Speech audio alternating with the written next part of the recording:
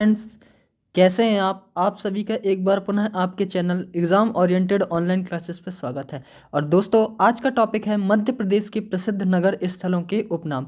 Friends, Madhya Pradesh के विभिन्न एग्जामों जैसे एमपीपीएससी व्यापम में मध्य प्रदेश के नगर से एवं उनके उपनामों के बारे में किसी न किसी रूप में हमें क्वेश्चन देखने को मिलते हैं, इसलिए आज का टॉपिक बहुत ही महत्वपूर्ण है। फ्रेंड्स, सबसे पहले अगर हम बात करते हैं उपनामों की, तो जबलपुर को संगमरमर की नगरी के नाम से जाना जाता है। क्यों जाना जाता है? तो दोस्तों, जबलपुर से 14 किलोमीटर की दूरी पर स्थित भेड़ा घाट में संगमरमर की चट्टानें पाई जाती है। संगमरमर का खदानें स्थित है। अब जबलपुर के बारे में कुछ इंपॉर्टेंट फैक्ट की हम बात करते हैं। तो दोस्तों, नर्मदा एवं बावन नदी के संगम में स्थित जबलपुर नर्मदा एवं बावन नदी के संगम में स्थित है तथा यहाँ पर एक प्रपात है जिसे धुआंधार जलप्रपात के नाम से जाना जाता है। इसीलिए यह संगमरमर की चट्टानों से घिरा हुआ जलप्रपात भी कहा जाता है। दोस्तों, जबलपुर बहुत सारी चीज़ों के लिए फेमस है। जबलपुर में रानी दुर्गावती का किला भी स्थित है। जबलपुर में एकमात्र गेहूं एवं मक्का अनुसंधान केंद्र जबलपुर में स्थित है, जो कि एशिया के अनुसंधान के रूप में जाना जाता है। दोस्तों, मध्य प्रदेश का हाई कोर्ट जबलपुर में ही स्थित है। गन गैरेज फैक्ट्री जबलपुर में स्थित है। वाहन निर्माणी फैक्ट्री जो कि खमरिया जबलपुर में ही स्थित है। दोस्तों, जबलपुर की अगर ऐतिहासिक की बात करें तो यहाँ पर गोंड राजाओं का शासक था। यहाँ पर त्रिपुरी वंश का भी शासक था। दोस्तों, यहाँ पर बात करते हैं हम भेड़ा घाट के पास, तो भृगु ऋषि ने यहाँ तपस्या की थी। यहाँ पर मंदिरों के रूप में हमें 64 योगिनी मंदिर देखने को मिलता है एवं बंदर कूदनी यहीं पर स्थित है। भेड़ा घाट को ही दोस्तों उपनाम से ही जाना जाता है, संगमरमर की चट्टानों के रूप में। अब हम बात करते हैं भिंड मुरैना की। तो भिंड मुरैना किस लिए फेमस है? तो भिंड मुरैना में चंबल नदी के द्वारा मृदा का अपरदन किया गया है, जहाँ पर बहुत सारे गड्ढे हैं, वहीं पर बागियों का गढ़, तो इसीलिए भिंड मुरैना को बागियों के गढ़ के उपनाम से जाना जाता है। अब हम बात करते हैं फेमस पुरातात्विक कालीन नगर उज्जैन की। तो उज्जैन को महाकाल की नगरी के नाम से भी जाना जाता है। इसे मंदिरों मूर्तियों का नगर भी कहते हैं। दोस्तों, कालिदास की नगरी भी उज्जैन को ही कहा जाता है। अब कुछ इंपॉर्टेंट फैक्ट के बारे में अगर हम बात करें दोस्तों, तो प्राचीन काल से यह ऐतिहासिक नगर रहा है। उज्जैन में अनेकों मंदिर हैं। यहाँ की कुछ फेमस बातें हैं दोस्तों। भारत में कुल 12 ज्योतिर्लिंग है, उसमें से एक ज्योतिर्लिंग उज्जैन में स्थित है, जिसे महाकालेश्वर मंदिर के नाम से जाना जाता है। यहाँ पर 12 वर्षों के बाद कुंभ मेला का आयोजन होता है। प्रत्येक 12 वर्ष में कुंभ मेले का आयोजन क्षिप्रा नदी के तट पर उज्जैन में किया जाता है। अब उज्जैन में महाकाल अथवा महाकालेश्वर का प्रसिद्ध कौन सा मंदिर पूछा जाता है, तो यह एक शिव मंदिर है, जो कि 12 ज्योतिर्लिंगों में से एक माना जाता है। दक्षिण में जंतर मंतर है। इसे जयपुर के महाराजा के द्वारा 1733 ईस्वी में बनवाया था। तो जंतर मंतर उज्जैन का कब बना था? तो 1733 ईस्वी में इसका निर्माण किया गया था। पेपरों में जंतर मंतर से भी क्वेश्चन पूछे गए हैं, तो दोस्तों इसे याद रखिएगा। दोस्तों, 1853 में गोपाली मंदिर का निर्माण उज्जैन में कराया गया था। उज्जैन से कुछ निकटतम दूरी पर कुछ मंदिर स्थित हैं, जिनके बारे में हम चर्चा करते हैं। तो यहाँ पर एक संदीपन आश्रम है। उज्जैन से ही हम 3 किलोमीटर की दूरी पर जाएंगे तो हमें मंगलनाथ का मंदिर भी कहा मिलेगा। दोस्तों, उज्जैन से 11 किलोमीटर की दूरी पर भृतहरि की गुफाएं स्थित हैं। उज्जैन क्या है दोस्तों? तो प्राकृतिक, ऐतिहासिक, धार्मिक तथा सांस्कृतिक एवं पुरातात्विक दृष्टि से मध्य प्रदेश का प्रमुख नगर है, या फिर हमें इसे मध्य प्रदेश की धरोहर के रूप में भी जाना जाता है। फ्रेंड्स, अब हम बात करते हैं खजुराहो की। तो खजुराहो, जिसे उपनाम शिल्पकला का तीर्थ कहा जाता है, भारत के कुछ पर्यटन केंद्रों में खजुराहो का स्थान 3rd नंबर पर आता है। 950 ईस्वी से 1050 ईस्वी के मध्य चंदेल राजाओं के द्वारा इसका निर्माण कराया गया था।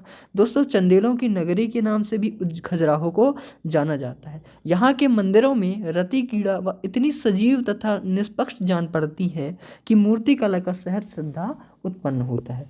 दोस्तों, वेरी इंपॉर्टेंट फैक्ट, सन 1986 में खजुराहो को विश्व विरासत सूची में शामिल किया गया है। 3 विश्व विरासत सूची जो कि मध्य प्रदेश में बहुत ही महत्वपूर्ण है, किसी न किसी एग्जाम में हमें देखने को मिलते हैं। दोस्तों, खजुराहो, सांची एवं भीमबेटका।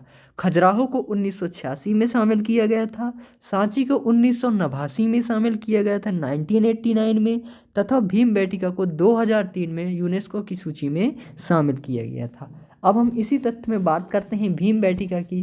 तो भीमबेटका शैल चित्रकला का तीर्थ के रूप में जाना जाता है, इसका उपनाम शैल चित्र कला है।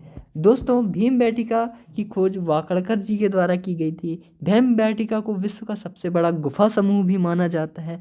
हमने अभी बात की 2003 में इसे विश्व विरासत सूची में शामिल किया गया था, जो कि यह अब्दुल्लागंज रायसेन में स्थित है। अब हम बात करते हैं सांची की।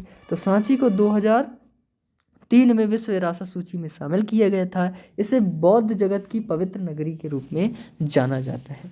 दोस्तों, सांची झांसी इटारसी रेल मार्ग पर यह एक छोटा सा स्टेशन है। यह भोपाल से 46 किलोमीटर की दूर पर रायसेन जिले में स्थित है। यह बहुत ही महत्वपूर्ण फैक्ट है कि यह विख्यात बौद्ध तीर्थ स्थल के रूप में जाना जाता है। कौन जाना जाता है? तो सांची जाना जाता है। सांची में 3 स्तूप हैं, जिसमें सबसे बड़े स्तूप का जो व्यास है वह 36.5 मीटर है तथा उसकी ऊंचाई 16.4 मीटर है। इस स्तूप के तोरण द्वार पर बुद्ध के जीवन की हमें झलकियां स्क्रीनिंग की गई है तथा इसके अतिरिक्त अन्य स्तूपों का निर्माण अपेक्षाकृत नए माने जाते हैं। दोस्तों, सम्राट अशोक ने 3री शताब्दी ईसा में पूर्व में एकमात्र सांची इसका निर्माण कराया था तथा एकमात्र सांची एक ऐसा स्थल है जहां बौद्धकालीन शिल्पकला के सारे नमूने हमें देखने को मिलते हैं। यहाँ के स्तूप में चैत्य एवं विहार सभी बौद्ध कला के सर्वोच्च नमूने स्थित हैं। दोस्तों, अब हम बात करते हैं इंदौर की। तो इसे अहिल्या नगरी, महलों की नगरी तथा मिनी मुंबई के नाम से जाना जाता है। यह होलकरों की राजधानी थी, जहां रानी अहिल्याबाई प्रसिद्ध शासिका थी। होलकर का महल हमें दर्शनीय स्थल इंदौर में देखने को मिलता है। सिवनी को मध्य प्रदेश का लखनऊ कहा जाता है। दोस्तों, बालाघाट को मैग्नीज नगरी कहा जाता है तथा तांबा नगरी के रूप में हमें बालाघाट से कुछ ही दूरी पर स्थित मलाज खंड में कहा जाता है। दोस्तों, बालाघाट चावल के लिए बहुत ही फेमस है। यह मध्य प्रदेश का सबसे बड़ा जिला छिंदवाड़ा के बाद बालाघाट आता है।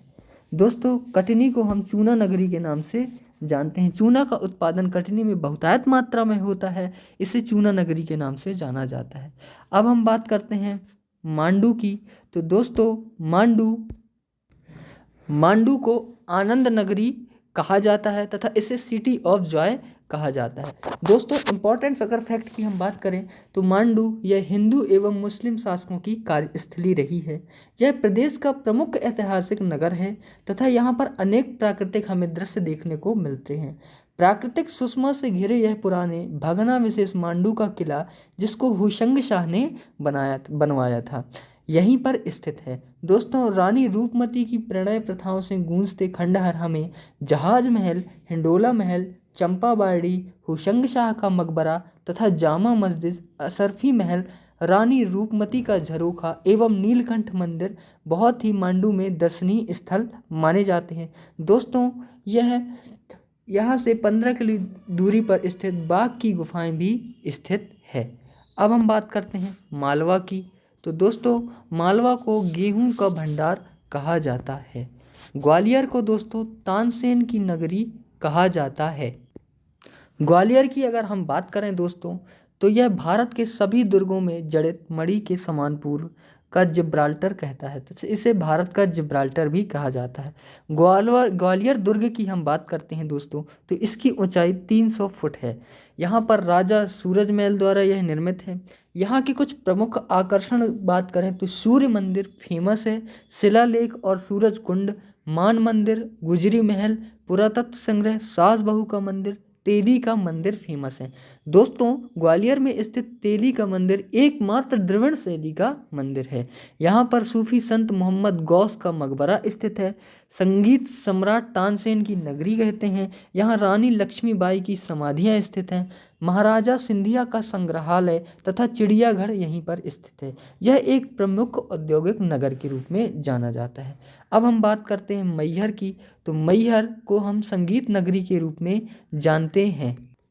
दोस्तों, मैहर की हम बात करें तो यह सतना जिले में कटनी इलाहाबाद मार्ग पर स्थित है। यहाँ पर मध्यकालीन योद्धाओं संगीतकार उस्ताद अलाउद्दीन खां की जन्मभूमि है।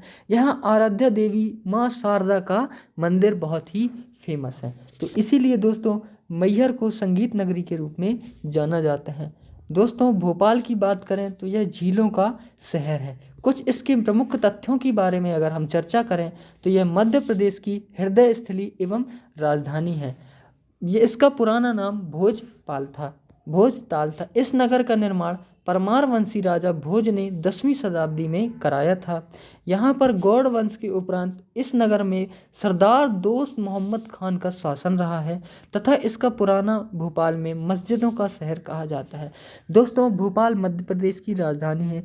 भोपाल जिला कब बना तो 1972 में भोपाल को जिला का दर्जा प्राप्त हुआ। इससे पहले भोपाल सीहोर जिले की तहसील थी। दोस्तों, एकमात्र सर्प उद्यान भोपाल में स्थित है।